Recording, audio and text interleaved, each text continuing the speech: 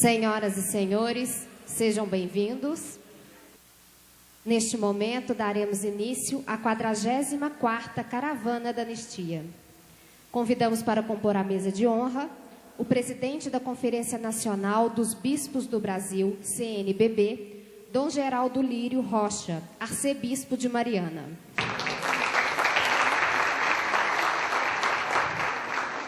Convido também o vice-presidente da Comissão de Anistia do Ministério da Justiça, Sueli Aparecida Belato, secretária adjunta da Comissão Brasileira de Justiça e Paz, CBJP.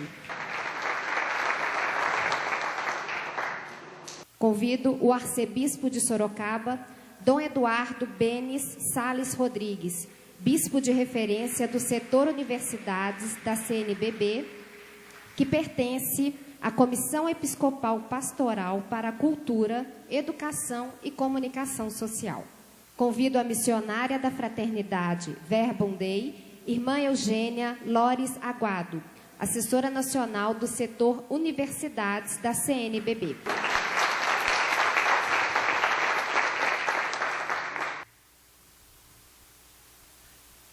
Convidamos a todos para, de pé, ouvirmos o hino nacional brasileiro.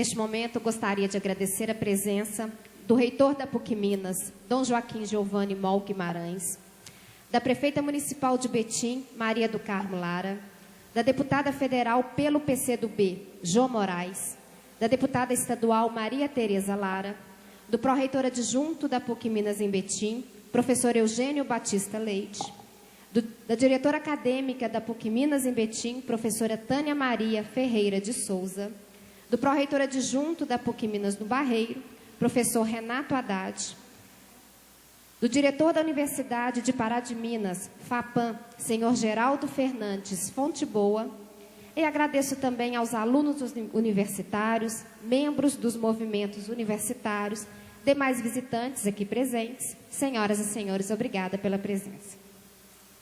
A Caravana da Anistia é uma iniciativa da Comissão de Anistia do Ministério da Justiça, que objetiva resgatar e refletir sobre a história do país, valorizar o papel da anistia política e a história de luta de diferentes atores sociais perseguidos politicamente durante o período ditatorial, como forma de contribuir para a consolidação da democracia brasileira.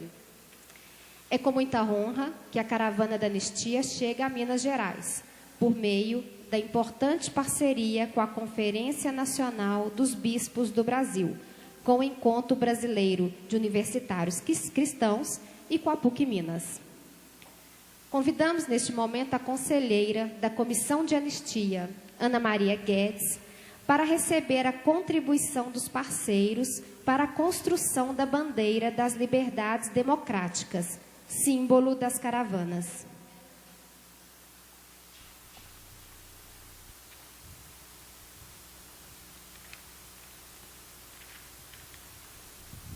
Convidamos neste momento a missionária da Fraternidade Verbum Dei, irmã Eugênia Lores, para entregar a contribuição do Encontro Brasileiro de Universitários Cristãos.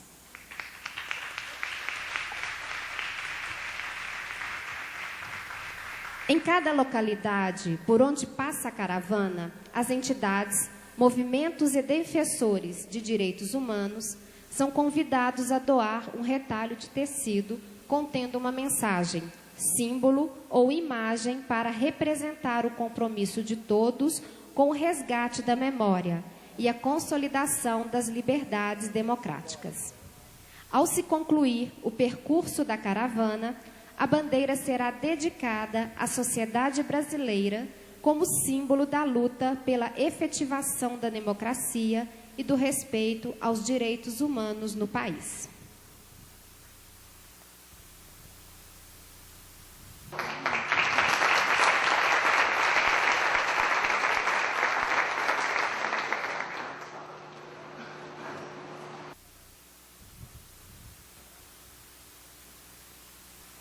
Neste momento, ouviremos o pronunciamento da missionária da Fraternidade Verbum Dei, irmã Eugênia Lores Aguado. Queria agradecer muito a presença de cada um dos conselheiros da caravana e a todos os que organizaram essa caravana de anistia. Especialmente eu queria muito agradecer os diálogos que mantivemos com a irmã Sueli Belato e com Flávia Carle, assim como Juana Lemos, que fizeram possível que hoje a caravana esteja no nosso Ebruc. Obrigada, porque sabemos de todas as dificuldades que supõe a realização de uma iniciativa como esta. E eu gostaria de poder explicar para todos vocês qual foi a intencionalidade de trazer a caravana ao nosso Ebruc. Agora, neste momento que estávamos de lanche, Dom Joaquim Mou colocava para nós a importância de que a pastoral universitária refletisse e se engajasse com o movimento estudantil, relembrando a história. É um desafio para nós que eu já coloco para os participantes do Ebruc. Quem sabe abrimos um espaço amanhã no nosso horário para justamente reconhecer que a pastoral vem de toda uma história. A pastoral universitária tem na sua missão evangelizadora um papel ad intra, ou seja, para dentro da universidade, que é constituir a comunidade acadêmica de professores, funcionários e alunos, que propiciem o crescimento na fé e dos valores éticos no seio da universidade, com todo o que isso implica. E todos nós que estamos aqui conhecemos, sabemos, até incentivamos essas experiências. Mas a universidade e a pastoral realizam um papel ad extra, para fora, na sociedade e no mundo, formando lideranças que na sociedade sejam sinais e pessoas comprometidas com a justiça, a verdade, a fraternidade e a igualdade. Valores que transcendem qualquer cultura e crença. E todos nós desejamos um mundo mais humano e fraterno. Não sei o que vocês sentiam vendo essas imagens, mas realmente creio que ver tudo isso movimenta em nós o mais profundo desejo e também de admiração diante daqueles que diante de nós foram capazes de arriscar as próprias vidas pela liberdade, se me permitem, apesar do meu sotaque, de nosso país. Obrigada. É com este intuito que convidamos a caravana de anistia. Nosso setor universidades, como atualmente chamamos ao setor que na conferência se encarrega de pensar e incentivar a ação evangelizadora no meio universitário, teve uma história. Como trazer essa história ao nosso encontro?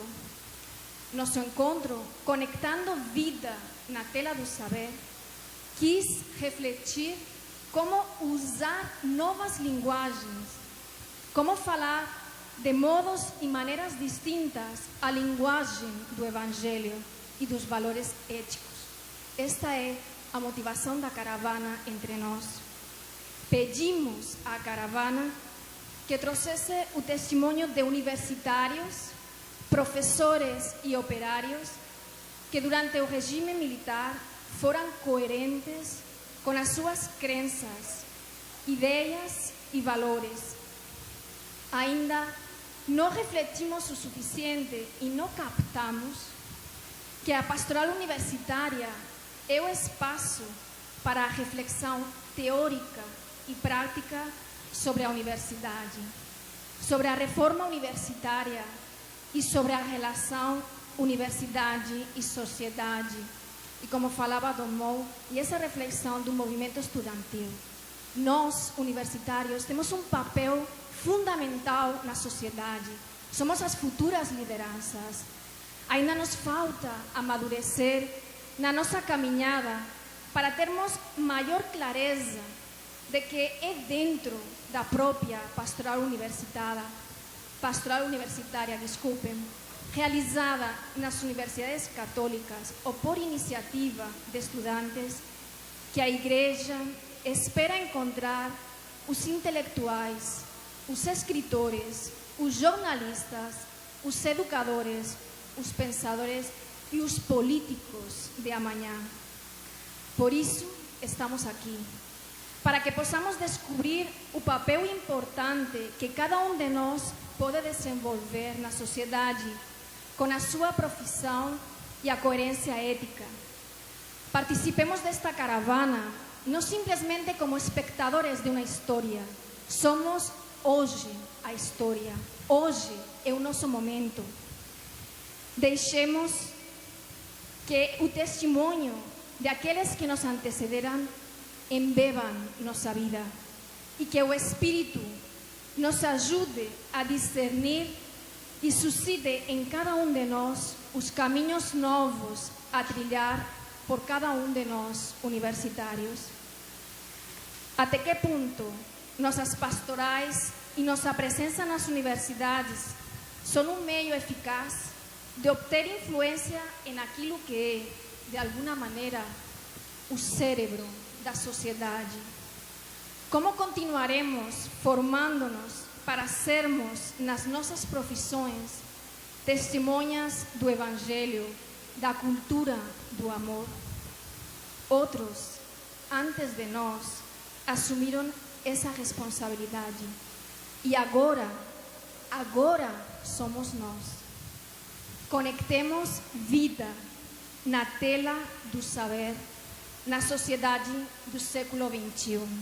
Nós, vocês, são o mais belo horizonte da nossa igreja, o mais belo horizonte do nosso país, o mais belo horizonte da nossa esperança.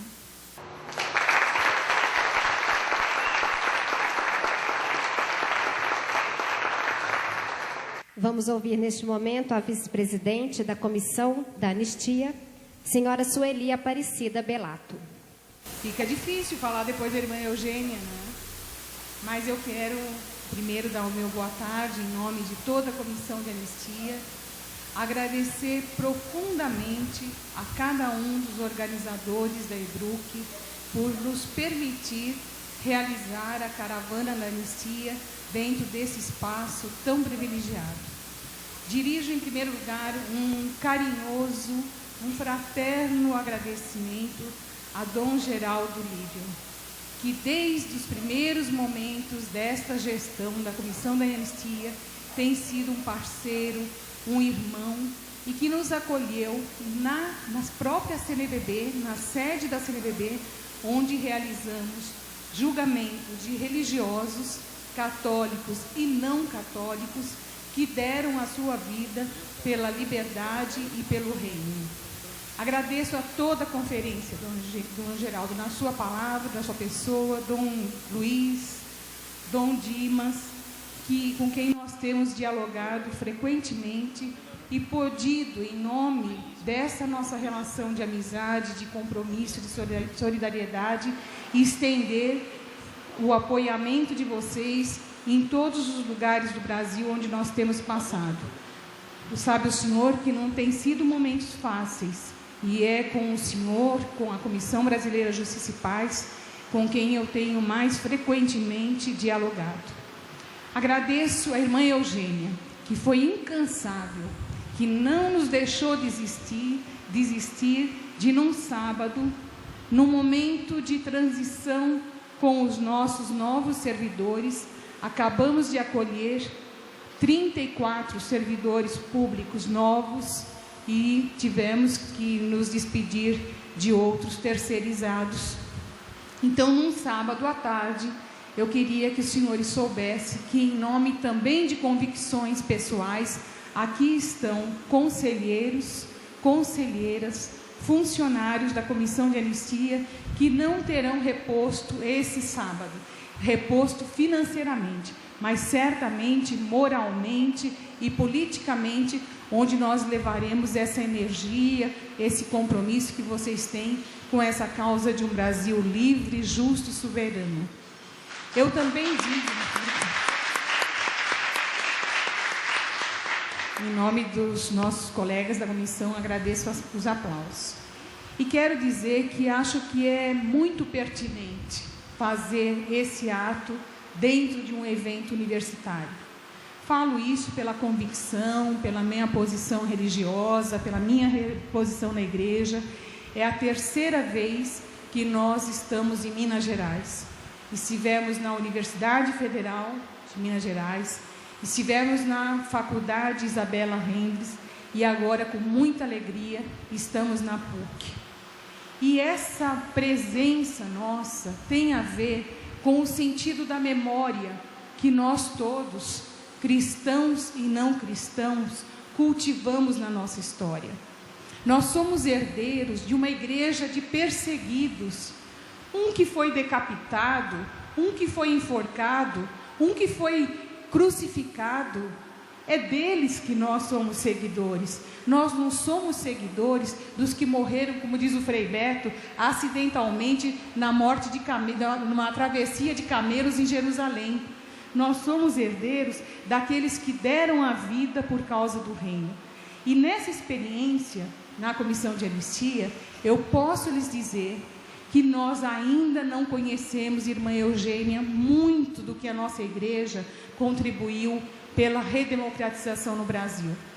E quero lembrar de um depoimento dado por um ex-funcionário diplomático que, por causa do seu compromisso contra a tortura no Brasil, foi demitido do Ministério das Relações Exteriores, e ele nos contou o empenho que os militares tiveram para que nosso Dom Helder Câmara não recebesse o Prêmio Nobel da Paz. Aquilo que a China agora recebe e não obstrui a Noruega, ainda com os seus vetos, não, os militares brasileiros conseguiram vetar o nome de Dom Helder Câmara para ser o ganhador do Prêmio Nobel da Paz. Quero lembrar a irmã Maurina, uma irmã que deu a vida, que trabalhou pela Pastoral de Juventude de Ribeirão Preto, que foi duramente torturada pelo delegado Fleury e por seus agentes. E acredito que poucos nós, religiosos e não religiosos, não conhecemos ainda suficientemente a história da população de Ribeirão Preto. Poderia citar muitos casos de cristãos e não cristãos que, em nome da sua fé, da sua convicção, dos seus posicionamentos, sofreram tortura, prisões, banimento e exílio. Mas eu falo, isso não é por saudosismo apenas, é para dizer que muitos fatos semelhantes do passado ainda acontecem hoje. Que nas nossas delegacias de polícia ainda tem muita gente sendo torturado. E todo cidadão, toda cidadã tem o direito de responder um processo com liberdade, com garantia jurídica, com direito à defesa. E não somos nós que somos os algozes para dizer que na delegacia alguém morreu, foi torturado justamente. Isso depõe contra o nosso posicionamento cristão quando nós ficamos em silêncio diante do que aconteceu ontem e do que acontece hoje. E o que aconteceu ontem, nós queremos que vocês conheçam quem foram essas pessoas que se levantaram em nome de suas convicções e disseram basta. Quem foram os que resistiram? Nós precisamos conhecê-los para seguir os seus exemplos e não permitir que jamais aconteça um estado truculento na nossa América Latina. Tivemos um período muito feio em que o Brasil participou de um processo também de criminalização da América com o projeto Condor. E isso depõe contra muitos de nós, contra muitas gerações que ficaram em silêncio, e não cabe aos cristãos ficar em silêncio diante da injustiça. É por isso que eu acredito que vale a pena nós estarmos juntos e que valerá a pena todo esse encontro da IBRUC para nós reafirmarmos os valores, os princípios que norteiam a nossa prática. Eu agradeço mais uma vez e não quero me alongar muito mais, porque também não gostaria de passar das 3 horas que nos foram concedidas por esse importante evento. Muito obrigada.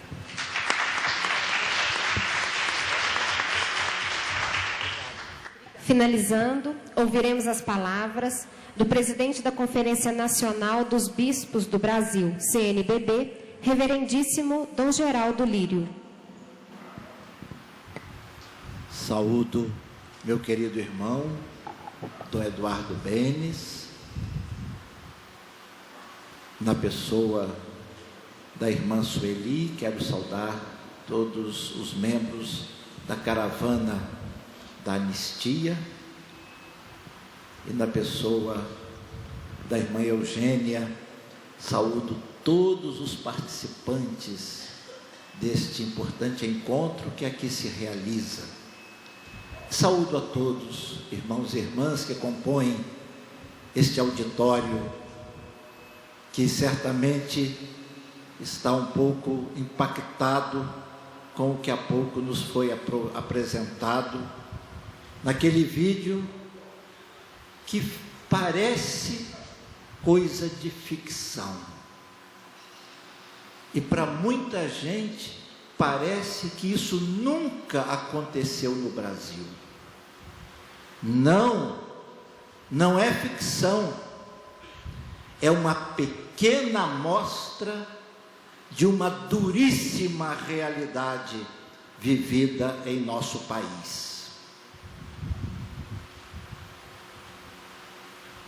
O controle exercido pelas forças da repressão foi feito de forma brutal e violenta. E num encontro como este, eu quero fazer memória, sobretudo, dos universitários, das universitárias e dos professores de muitas de nossas universidades que sofreram a brutalidade da repressão da ditadura militar. Permitam-me que faça esta memória, ressaltando especialmente os cristãos que, movidos por sua fé, entraram nesta luta, e de um modo especial a juventude universitária católica.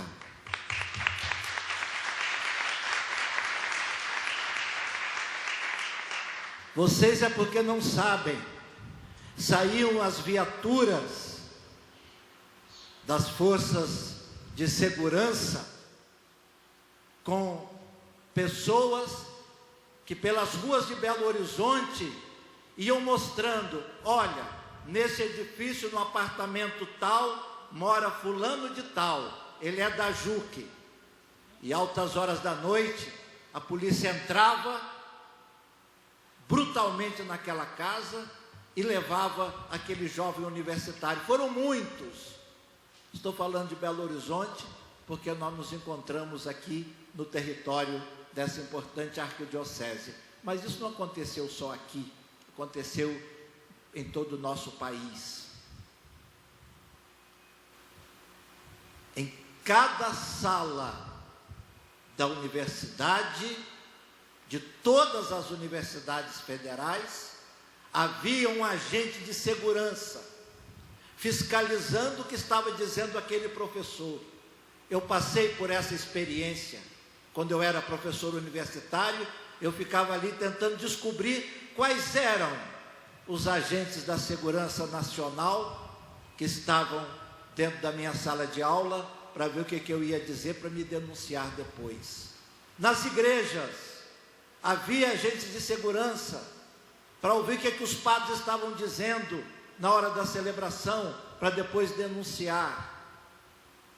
Foi um clima terrível de denúncias e de perseguições, de prisões, de torturas, de mortes.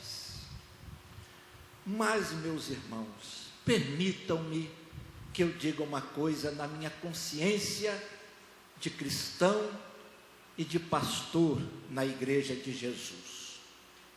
Sim, precisamos recuperar esta memória. Não podemos jogar para debaixo do tapete o nosso passado, para que as gerações futuras ignorem o que aconteceu em nosso país durante mais de 20 anos, debaixo da ditadura militar. Mas, no coração do cristão, o ódio não pode se aninhar.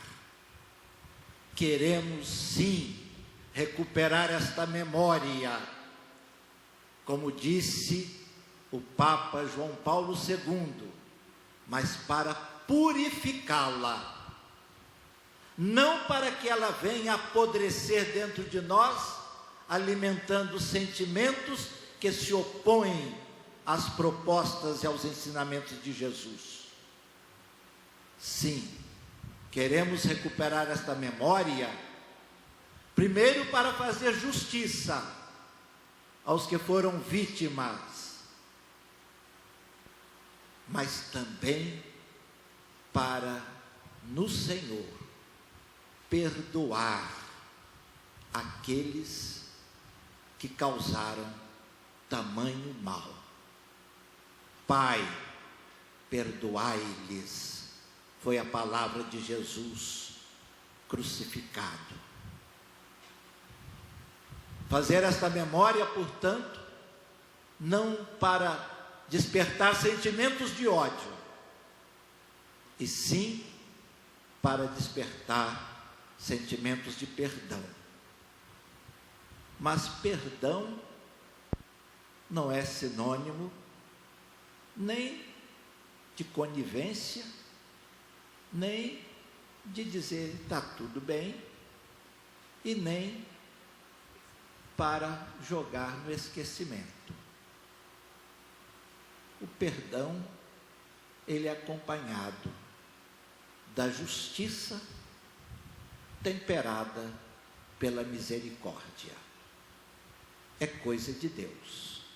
Só Deus é que sabe ser ao mesmo tempo justo e misericordioso. E Jesus é esta revelação do Deus justo e misericordioso, pois Deus é amor.